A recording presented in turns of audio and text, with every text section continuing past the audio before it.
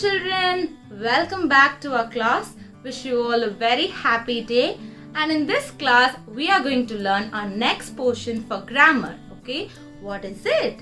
We have learnt a lot about sentences, am I right? And where do we use sentences? When we speak, when we read, when we listen, we have sentences, right?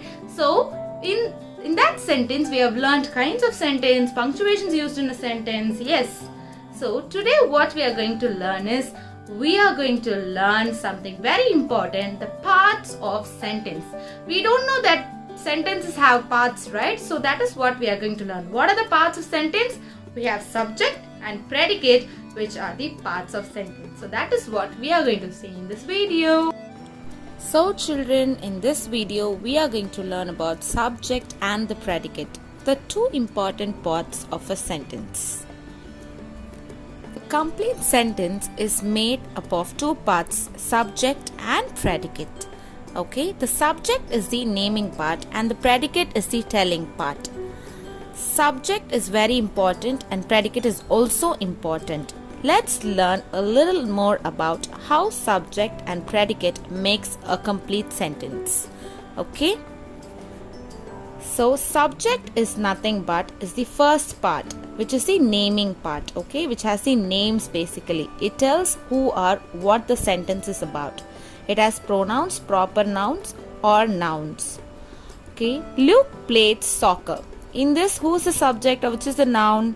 Luke played soccer. So Luke is the subject because the sentence is all about Luke. Okay, the apple is red. Can you guess what is the subject here? The apple is the subject because the sentence is all about apple. So as I told you, the subject tells all about the sentence. Okay, the subject is what the sentence is all about. In the next sentence, the rain sounded like a lullaby. What's the subject here? You need to check who is doing the action or which the sentence is about. The sentence is about the rain. So the rain is our subject here.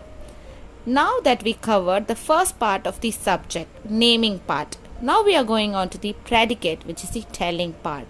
Okay. The second part of a sentence is the predicate. The predicate tells what the sentence is about. Okay. It tells what someone is or what someone does. Okay.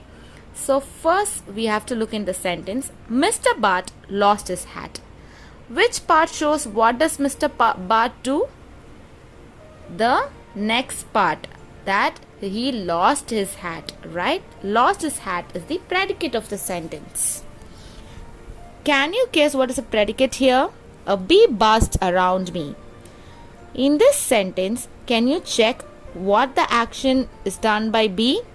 Buzzed around me is the predicate. Yes, because it tells what the bee did. Very good. Now, going on to the next sentence. The ball rolled down the hill. What is the predicate here? The ball is the subject, we know. And roll down the hill is our predicate. Very good. So, always remember children, your predicate starts with a verb and always has the action. Okay? Always remember, you need both the subject and predicate to have a complete sentence. One without the other is not possible. See, when you have a subject, it is not complete at all. For example, the pig is there. You don't know what the pig is about. Okay, the pig is cute, or you don't know whether the pig played in the mud. So you don't know what happens, right? So the same way, predicate cannot be alone. Okay, for example, is deep and cold. You don't know what is deep and cold, right?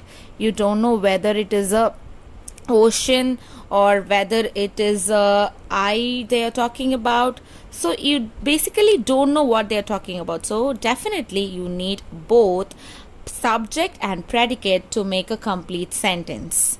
So subject and predicate is very essential, children, to make a complete sentence. So I think you would have understood it now, right? So always remember, your subject tells what the sentence is about, okay, or who the sentence is about, okay, and it will always be either a proper noun, pronoun or a noun. Okay, it can be the boy, a noun. Okay, it can be the proper noun, Rohan, it can be proper noun, or it can be a pronoun, he, she, it can be any pronoun. Okay, children, and the same way a predicate will always start with a verb. Remember, predicate will always have a verb and it tells what the subject is doing. Okay, so you all saw the video of subject and predicate, right?